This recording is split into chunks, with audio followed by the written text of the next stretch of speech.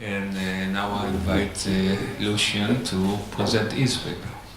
A paper on index funds and the future of corporate governance, theory, evidence, and policy is joined with Scott Harris. It builds on an agenda that was started with a 2017 article in the Journal of Economic Perspective by Scott Harris, Alma Cohen, and myself on the agency cost of institutional investors. And here we use this framework to focus on index funds, which we discussed in the article, but we try to do it on a much larger scale. And we try to do not just a theoretical framework, but also to provide empirical analysis, which is the largest part of the paper, as well as a policy analysis.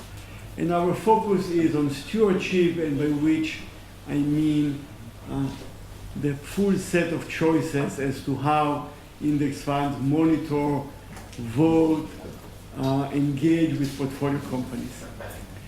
Let me start with the theoretical framework first. In contrast to opposing views of index fund stewardship.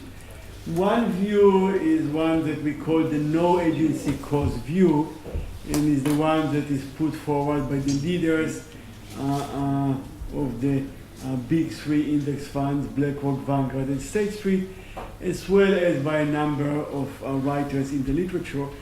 And by the no agency cost, we mean not that people deny that there are no agency costs whatsoever, but they believe that by and large you can think about the index funds as investors the same way that you would approximate an investor that maximizes the value, the long-term value of the portfolio, and that agency costs are not a first-order driver of behavior.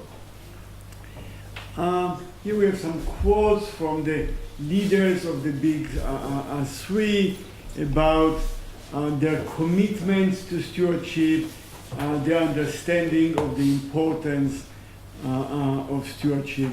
Vanguard CEO says, we care deeply about governance, and BlackRock CEO similarly says that our responsibility to engage and vote is more important than ever, and that they are taking this to a new level.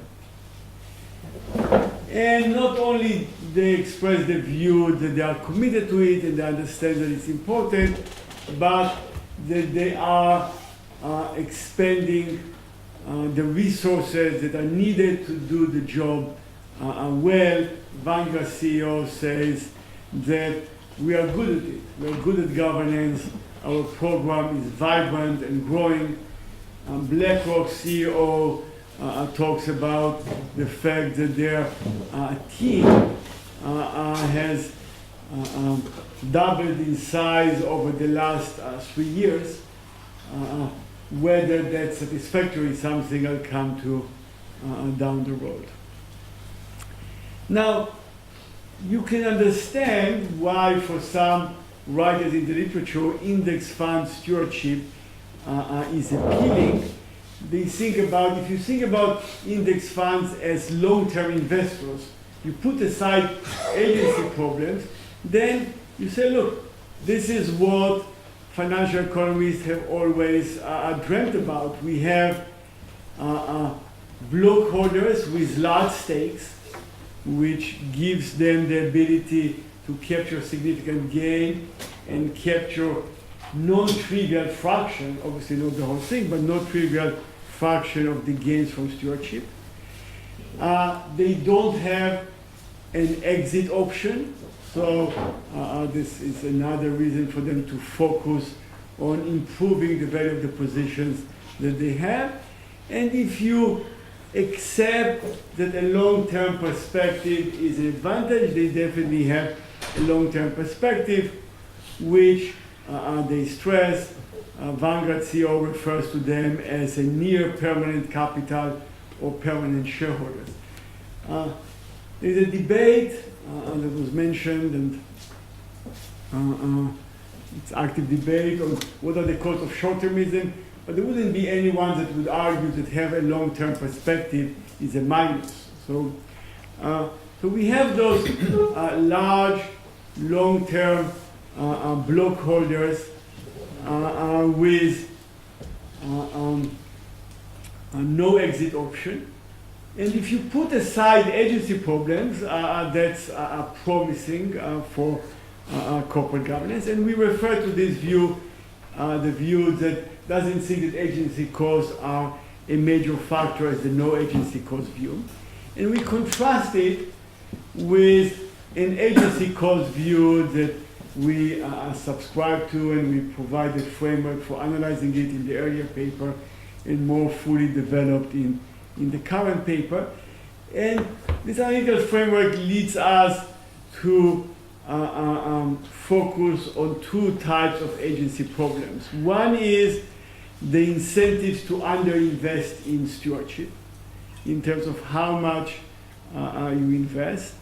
And the problem is that the index fund managers bear the cost of stewardship, but they capture only a very limited, very, very small fraction of the benefits, which would lead them on the margin to underinvest.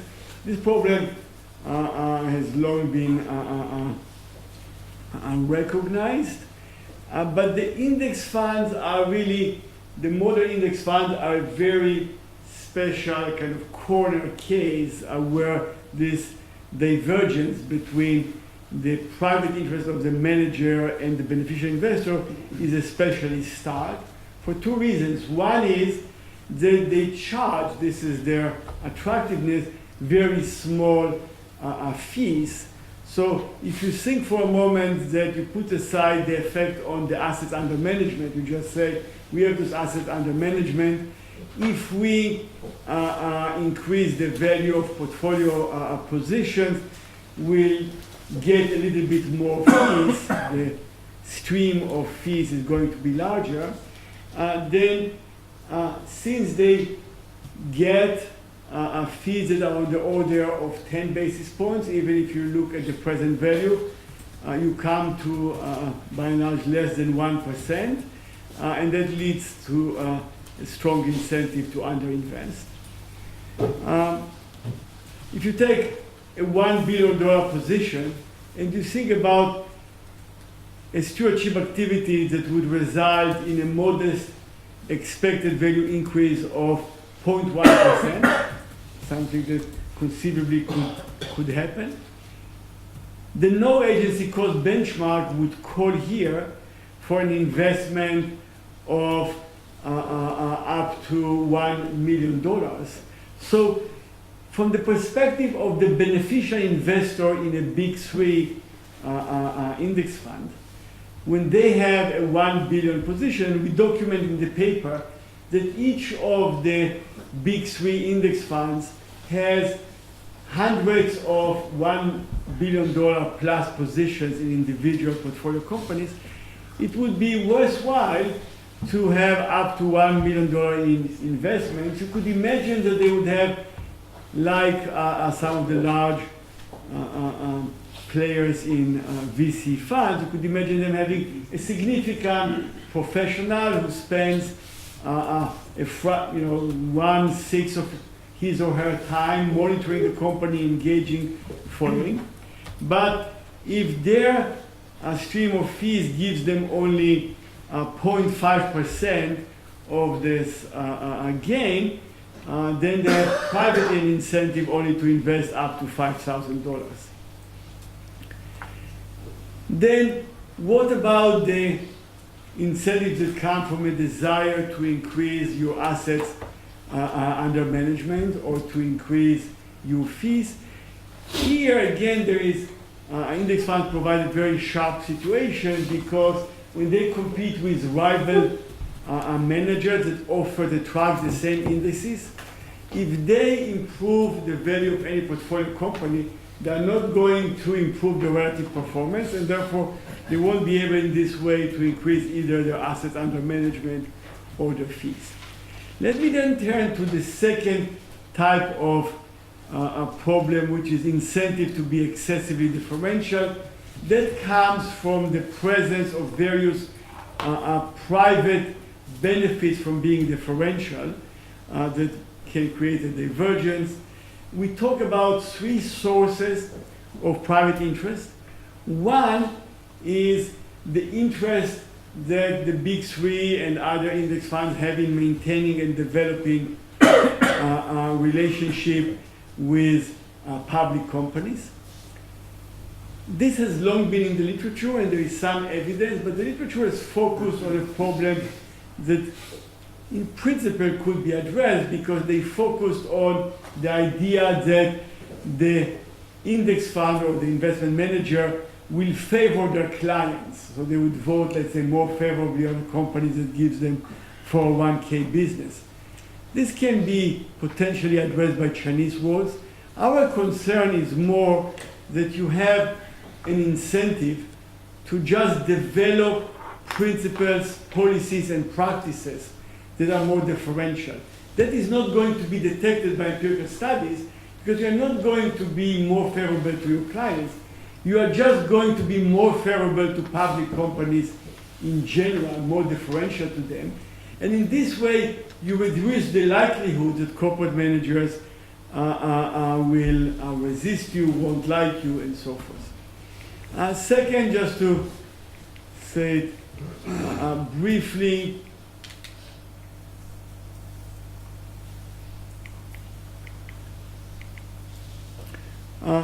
if you are a big three and if you have more than 5% position, if you are active in certain ways, that would create certain legal costs for you from certain defiling important periods. The third one, which at least for the big three we think might be the most consequential, the big three are now widely recognized as having a lot of power, and that creates a concern. If you look at history, at other episodes in which people saw that Wall Street financial interests were getting power in the operating economy, that leads to a fear of regulatory backlash.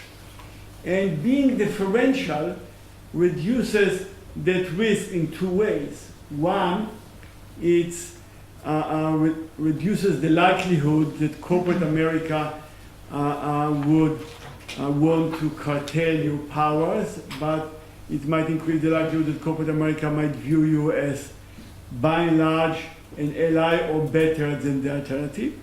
And it would also make your salience, it would make the salience of your power, it would reduce it, and again, this way would reduce the risk of regulatory backlash.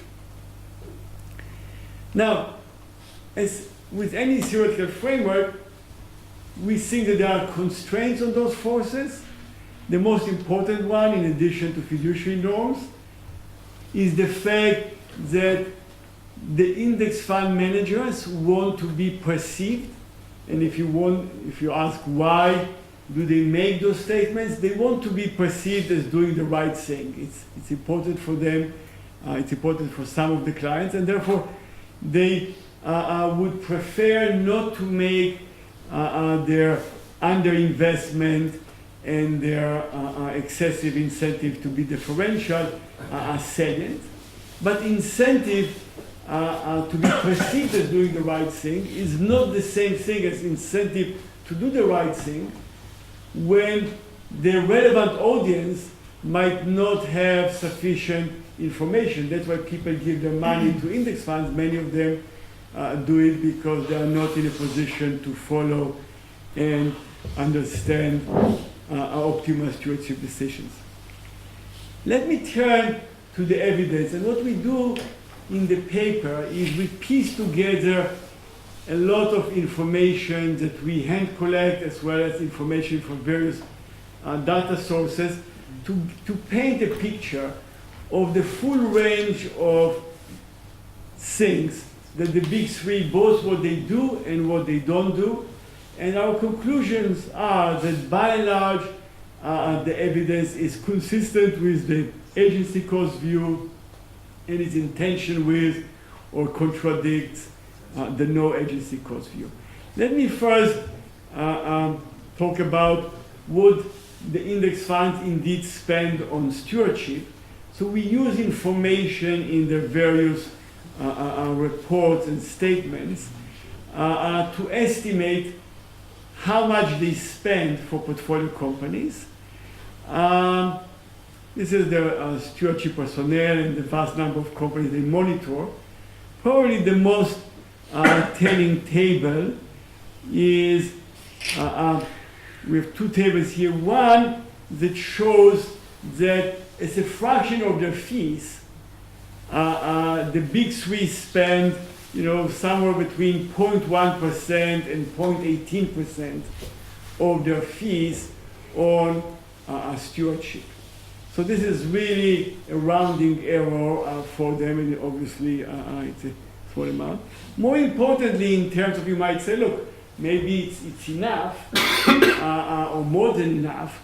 But if you look at how much they spend per portfolio company, and we know how many people they have, and we examine a number of scenarios as to how much their time is allocated among different portfolio companies. And the scenario that is most generous is one in which, let's suppose they don't spend any time on companies outside the US, and they allocate time in proportion to market cap. And then we see that for any $1 billion position that they have, they spend between, depending on which big three manager it is, between 1.7 days to 3.2 person days per year.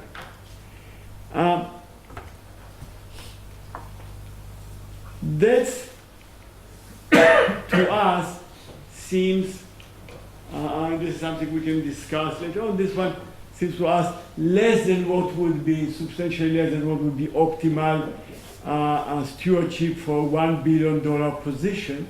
We know that this might not be enough even to read carefully the full set of the hundreds of pages that the company and the proxy advisors issue. Reading them carefully wouldn't be enough. Now you might say, look, maybe for many companies you just have some gestalt sense that things are okay and you don't need to read all those reports.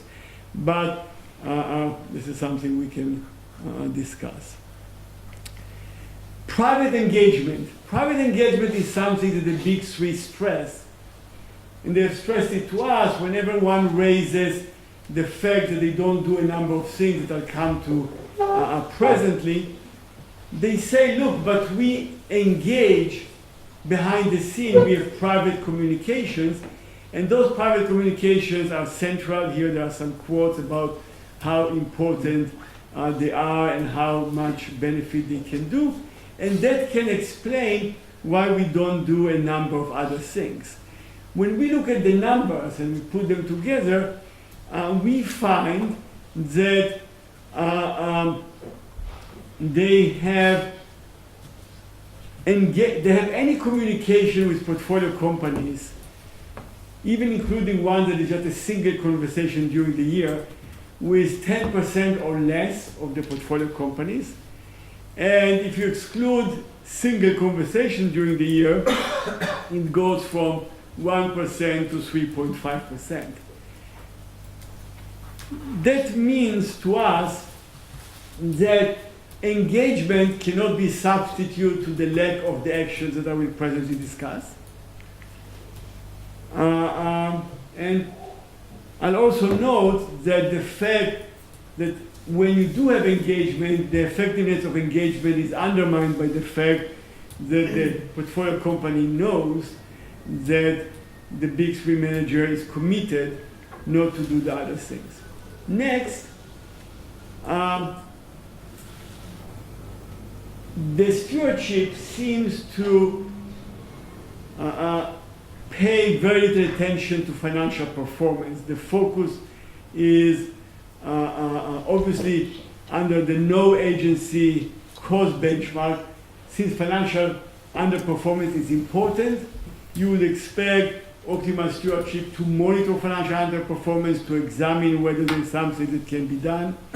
But what the big three do is really focus just on governance best practices. And we document it in a number of ways, but we find that this is systematically the case for all the big three. Now, you could say, well, they don't do it. There are good reasons for doing it. One is they're not doing it because the activist hedge funds are already doing it. That's not really a good explanation, because the activist hedge funds will get into action only when there is sufficiently large underperformance to justify the operation given their business model. And also, there might be a substantial period of underperformance until an activist hedge fund would show up. So if you have a $1 billion position, it might be in the interest of your beneficial investors to do something about it. There is another argument that some people make, which is they don't really have the internal staff to do it. It's not part of their business model. But that's obviously endogenous. They clearly have the resources if they decide that this was worthwhile to hire the staff to pay some attention to financial performance. We provide evidence that their votes are differential. Let me skip that. You would think that given that they are very much focused on best governance practices and having good governance in a large number of companies, that submitting shareholder proposals would be a good and inexpensive and effective tool. We document that among the 4,000 shareholder proposals that have been submitted, including hundreds for which the big three voted consistently, not a single proposal was submitted by any of the big three. And we explore potential explanations. For example, you could say, well, they don't need to submit those proposals because others are submitting. But we document that there are various situations where if there were a shareholder proposal, they would clearly vote in favor, given their guidelines. If there were shareholder proposals, likely it would pass and it would be followed. But because the individuals that submit proposals have limited resources, there is no shareholder proposal and nothing happens.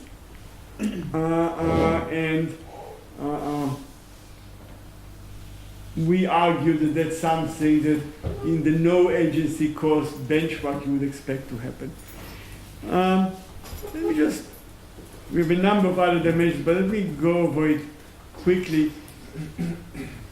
They don't have, we document that they do not get involved in the composition of the board. They do support some governance processes, like having an independent nomination committee and the like. But obviously for any good governance process, the performance might depend on the identity of the individuals. We document that they never make a formal director nomination, but more importantly, we document that they seem not even to have conversations with companies about informal behind-the-scenes conversations about particular choices. So they don't have a conversation saying, maybe it would be good not to have X on the board, or would be good to have Y on the board. And we reach this conclusion because we document that the big three had thousands of 5% positions. And under SEC rules, if you have a 5% plus position and you engage in communications about the selection of particular directors, you have to file a 13D. But we document that not a single 13D has been filed during the last 10 years by a big three company. Let me mention one last dimension, and there are others that are kind of examined empirically in the paper, and that's the involvement in corporate governance, legal rules, and reforms. Because they hold such large positions in a vast number of companies, you would think that they would be natural players to speak on the choice of rules that would affect so much of their portfolios. We look at two things. One is we look at all the comments that have been submitted to proposed SEC rules, 80 comments, in the last 10 years. And we document that each of the big three individually and all of them collectively submitted to submitted comments on a small percentage, 10% or less, of the proposed SEC rules. Now, some of you might say maybe the explanation for that is that some of the SEC rules are unimportant on issues that are not economically significant. But the way we think about it is the big three hold 20%, more than 20% of the equities in the US market. You would expect them to speak on each proposed rule to say whether they are for it, whether they are against it, or whether it's unimportant, because obviously the SEC has limited resources and attention. So knowing that big investors think that this is not an important issue would be helpful. We find the same pattern when we hand collect all the amicus curiae briefs on litigation that was consequential for investor protection.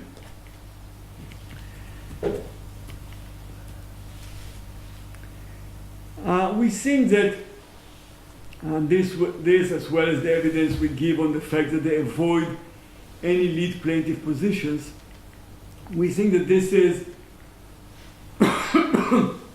all consistent with the agency cost view, because under the agency cost view, it's advantageous privately for them to stay on the sideline. If they express a position either in litigation or in SEC rules, either for or against, they might make enemies, might draw attention to their power. And very often it's safer privately for them to punt and to stay on the sidelines. Okay, let me say, how much time do I have, Benny? 2 minutes. So there is the last set of the paper is about policy. Let me just mention what is there. Happy to discuss it.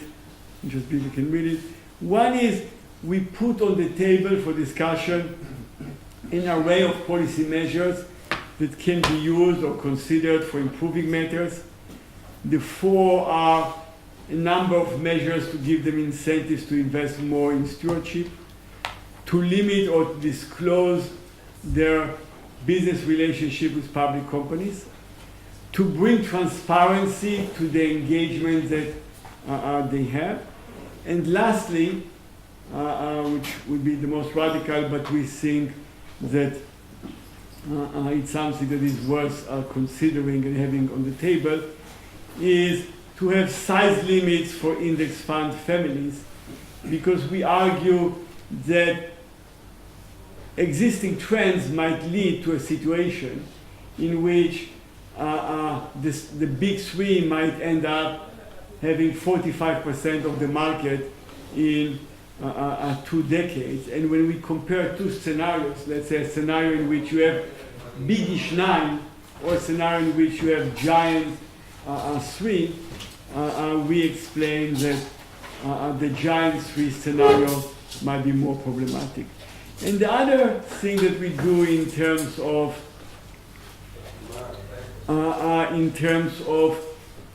policy implications is we explain the implications of our framework and our evidence for two ongoing debates. One is the debate on common ownership, and one is the debate on hedge fund activism. Briefly, with respect to common ownership, we take the view that because of the problem that we described, the problem is not that the index fund managers are doing too much, the problem is that they are doing too little, and therefore that the common ownership criticism is misguided and counterproductive. We just testified at the FTC hearings on the subject expressing this view. With respect to hedge fund activism, we argue two things. One is that given the problems we identified, index fund stewardship cannot be an effective substitute for hedge fund activism, so hedge fund activism is important. But secondly, there are some people who say that the combination that we now have works beautifully, and we argue that hedge fund activism, although important and beneficial, cannot make up for the problems we identify with index funds, and therefore those problems remain a concern, notwithstanding the valuable benefits that hedge fund activists produce. Thank you very much.